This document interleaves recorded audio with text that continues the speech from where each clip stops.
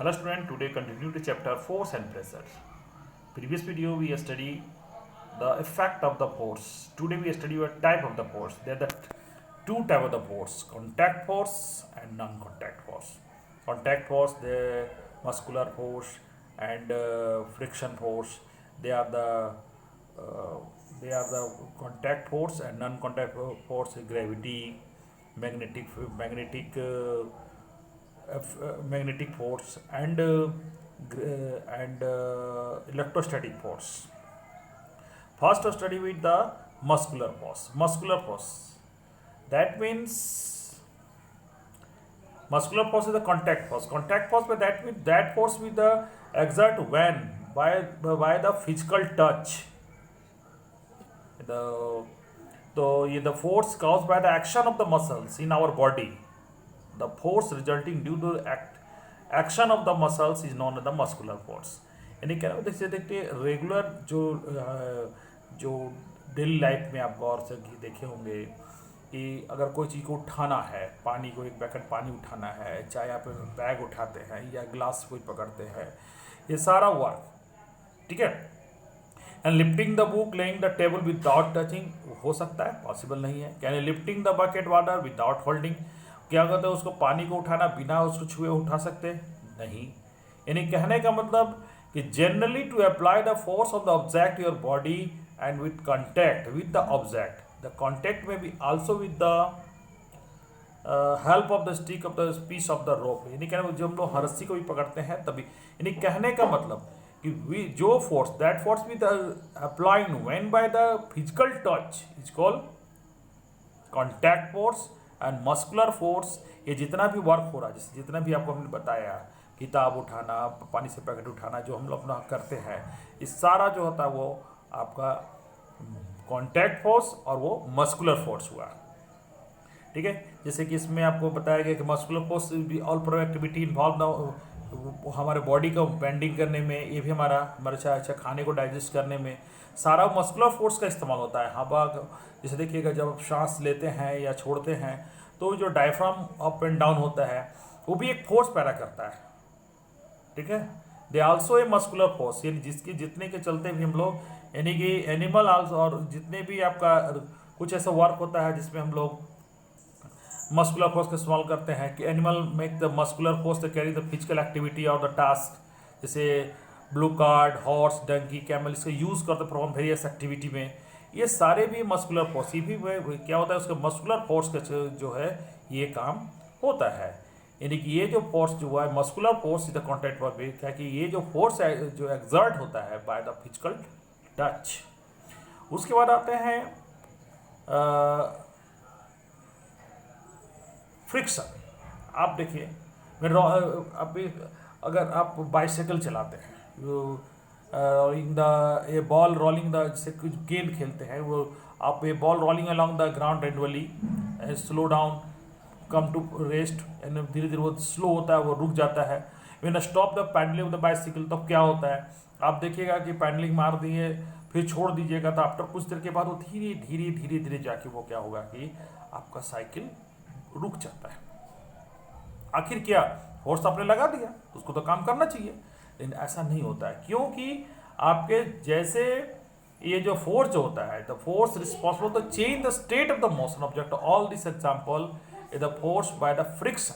ये फ्रिक्शन, यानी कह रहे हो जब वो बॉल है, जब फर्श पर चल रहा है तो फर्श भी क्या करता है, सरफेस एरिया एक उसके अप्लाइंग फोर्स के अपोजिट में एक फोर्स पैदा करता है, उसको हम लोग कहते हैं फ्रिक्शन, जिसके चलते क्या होता है कि आपका कुछ देर चलने के बाद वो रुक जाता है। जहाँ तक फ्रिक्शन, और इस पर जो गाड़ी में देखिएगा, गाड़ी का टायर को गौर से देखिएगा, एक कटिंग होता है वो ज़्यादा फ्रिक्शन पैदा करने के लिए, क्योंकि अगर वो, अब देखिएगा अगर ना हो तो आपका गाड़ी का ब्रेक तुरंत नहीं लगेगा, क्योंकि फ्रिक्शन आप जो फोर्स नहीं लगने की वजह से। यानी कहने का मतलब है ये जितना भी काम होता है ये friction, the force friction always act on all moving object in the direction always opposite of the direction of the motion. जो फोर्स लग रहा है उसके अपोजिट में जो फोर्स लगता है उसी को हम लोग फ्रिक्शन कहते हैं। और ये भी कॉन्टैक्ट फोर्स, यानी ये आपका ये जो फोर्स अराइज होता है due to the contact between the surface, so that friction force is also a contact force, इसलिए इसको कॉन्टैक्ट फोर्स कहते हैं। अब एक और भी आता है, जैसे कि आप देखिएगा कि एक होता है नॉन कॉन्टैक्ट फोर्स पे हम लोग बात करेंगे, मैग्नेटिक फोर्स की बात करेंगे। अगर चुंबक आपके घर में होगा, मैग्नेट होगा, तो आप देखिएगा कि उसको कुछ दूर से लोहे को खींच देता है, खींचता है ना।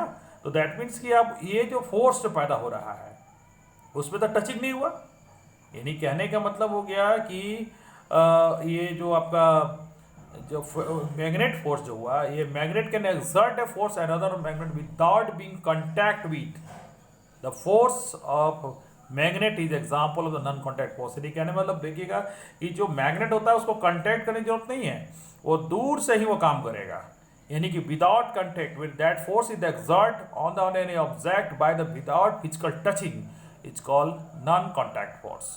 ठीक है, तो ये आपका the force exerted by the magnet is a piece of the iron is also is a non contact force। ये सारा जो फोर्स होता है नॉन कॉन्टैक्ट फोर्स, ये दिखता नहीं है आपको, वो फिजिकल टच नहीं, वो फोर्स जो है वो विदाउट टचिंग भी काम करेगा। उसके बाद इलेक्ट्रोस्टैटिक फोर्स, आप देखिए कि जिस तरह की फिगर में दिखाया गया कि स्ट्रॉ को क्या किया गया कि वो रगड़ दीजिए। जैसे आप घर में आपके जो कॉम होगा, ठीक है, कॉम में आप अगर जैसे कि कॉम है, ये कॉम को जब रगड़िएगा, रगड़ने के बाद जो क्या कागज़ को जैसे वो पास लाइएगा तो कागज़ को अट्रैक्ट कर लेता है। ठीक है, तो वो ये जो फोर्स पैदा हुआ, यानी कि आखिर जो वर्क हो रहा है, यानी that the work is done by which force, that is the called not contact force because with it not physical touch। ठीक है, तो ये जो फोर्स पैदा होता है इसको हम लोग कहते हैं इलेक्ट्रोस्टैटिक फोर्स। ये जो फोर्स हुआ इलेक्ट्रोस्टैटिक फोर्स, और electrostatic force a force exert by the charges body to another charge uncharged body.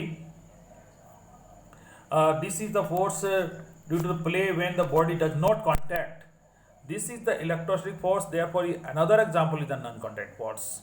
ठीक है, तो ये भी जो होगा कि नॉन कॉन्टैक्ट फोर्स होगा, क्योंकि इसमें आपका फोर्स जो लग रहा है वो विदाउट कॉन्टैक्टिंग। उसके बाद आता है ग्रेविटेशनल फोर्स। आप क्या होता है कि अगर आपके पॉकेट में ऊपर में पिन रखे हैं और गिर जाए, गिरता है नीचे, आप कोई चीज़ को उछालते तो वो नीचे चलाता है, तो आखिर ऐसा क्यों होता है, यानी कि सारा चीज़ जो होता है वो नीचे क्यों आ जाता है। ठीक है, तो ये जो होता है यानी कि कोई भी चीज़ ऊपर फेंकने पर भी वो नीचे चला जाता है, यानी that means object will think it fall toward earth because it pull them, this force is called force of gravity, और जिसका खोज न्यूटन ने किया था। यानी कहने का मतलब ये जो फोर्स जो अट्रैक्शन यानी कि जो पृथ्वी की ओर कोई भी चीज़ आ जाता है, वो फोर्स जो है वो नॉन कॉन्टैक्ट फोर्स वो है अर्थ का, जिसके चल इसको हम लोग ग्रेविटी कहते हैं। This is the attraction of the object, force gravity act on the all object, the force gravity act on the all of us the time without being ever in water being flow toward the ground as soon as open to tap। यानी आप देखिए कोई भी चीज़ वो नीचे automatic गिरता है, ये सारा कुछ जो होता है ये आपका gravity is not a property of the earth alone, it is the fact of every object in universe. ये ऐसा नहीं मैं सोचिए कि ये पृथ्वी का, जितने भी यूनिवर्स में जितने भी ऑब्जेक्ट है सारे में ये फोर्स काम करता है। Whether all large exert force every other object this force is non is gravitational force. ठीक है, तो आज हमने जाना कॉन्टैक्ट फोर्स और नॉन कॉन्टैक्ट फोर्स में। तो कॉन्टैक्ट फोर्स जो होता है जो they exert only when the physical touch, non contact force that is the exert by the non physical without physical touch. ठीक है, नेक्स्ट वीडियो में हम लोग बात करेंगे प्रेशर पर। ठीक है, जैसे कि आप एक एग्जांपल भी आप हमें बता देना चाहूँगा, जैसे कि आप कांटी जो होता है आप गौर कीजिएगा, देखिए उसमें जो पॉइंट होता है वो छोटा होता है, अगर वो चौड़ा हो जाएगा तो दीवार में आराम से नहीं जाता है। क्यों नहीं जाता है, हम लोग इस नेक्स्ट वीडियो में बात करेंगे कि प्रेशर पर।